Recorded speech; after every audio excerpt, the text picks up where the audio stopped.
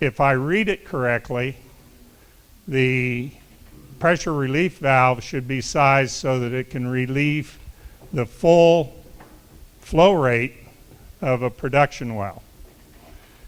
I did a quick calculation. I couldn't find flow rates. They have some long formulas. There are lots of things I didn't, but I did do a nominal calculation and found that the rate of hydrogen sulfide release from that relief valve, that unabated relief valve, would be approximately equivalent to the hydrogen sulfide release during the blowout in 1991 at an hourly rate. If that is in fact the case, and I think it is, because both the design criteria I stated and the calculations I did said that it might be, we could be talking about this incident could possibly be the biggest release of hydrogen sulfide since blowout. Of course, this incident lasted an hour, or an hour and 50 minutes, and the blowout lasted 31 hours. So in that case, the blowout's much worse. But for that hour, the amount of hydrogen sulfide may have been about the same. We'll have to wait until the PGV does its calculations, the independent engineering firms go through their calculations, and the Department of Health reviews it and approves it. We did calculate our estimated calculation from the emergency steam release facility as far as H2S is 29 pounds. And our estimate from the unabated pressure relief valve was 39 pounds. And if I recall, I believe the KS8 incident was about 180 pounds per hour.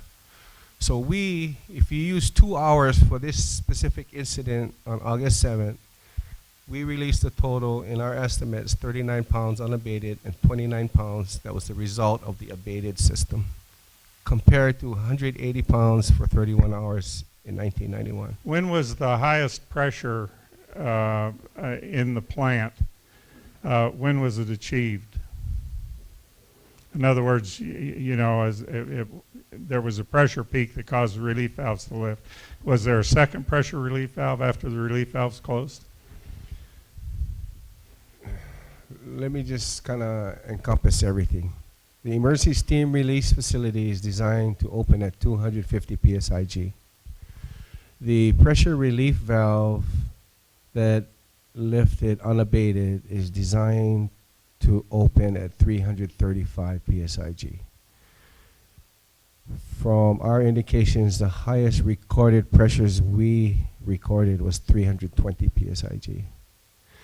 And to answer your question, yes, that one pressure relief valve did open, and then there was another one that momentarily opened. But it would seem like to me the nature of the question is, did the pressure relief valve lift on the initial pressure surge, or did it lift, as some reports have said, after the emergency steam relief valve shut?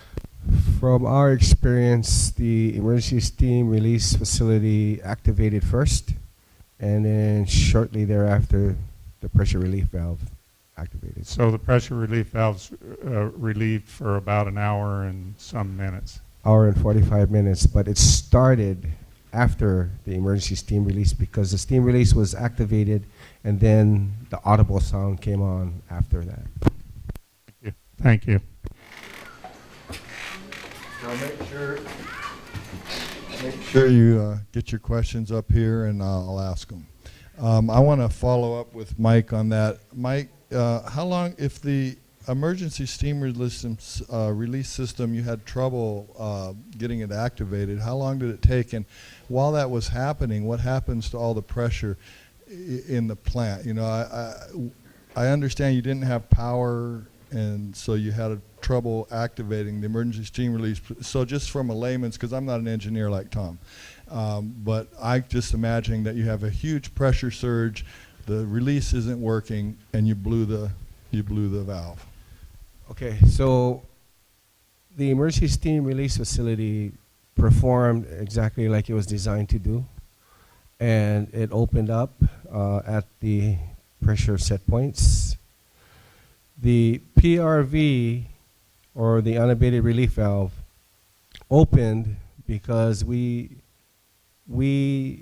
estimate that we experience what's referred to as hammering, where there's some slug flow.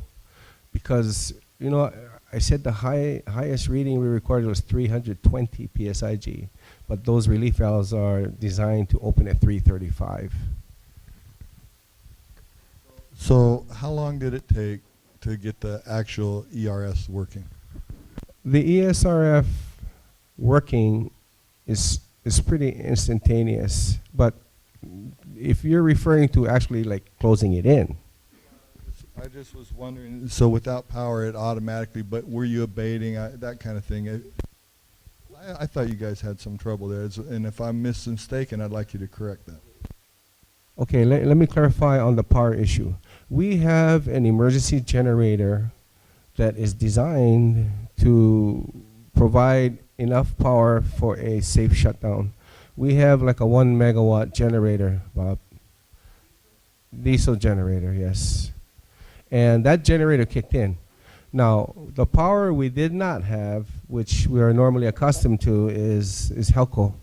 And the Helco power will power up all the non-emergency required equipment. That was the difference. How will PGV and Helco work together to prevent a recurrence of this situation?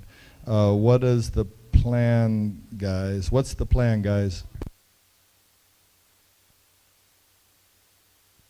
Well, first and foremost, let me re-emphasize that our plant responded exactly as it's designed to do in loss of the transmission lines.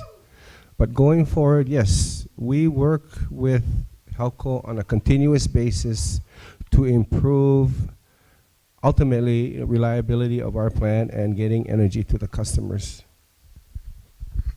Excuse me, I just have to, I'm going to promise that I won't interrupt, but this one I have to say. The plant, the emergency steam relief facility worked as designed. The pressure relief valve may have worked as designed, but it shouldn't have lifted with the accident that occurred. Thank you. All right. I agree.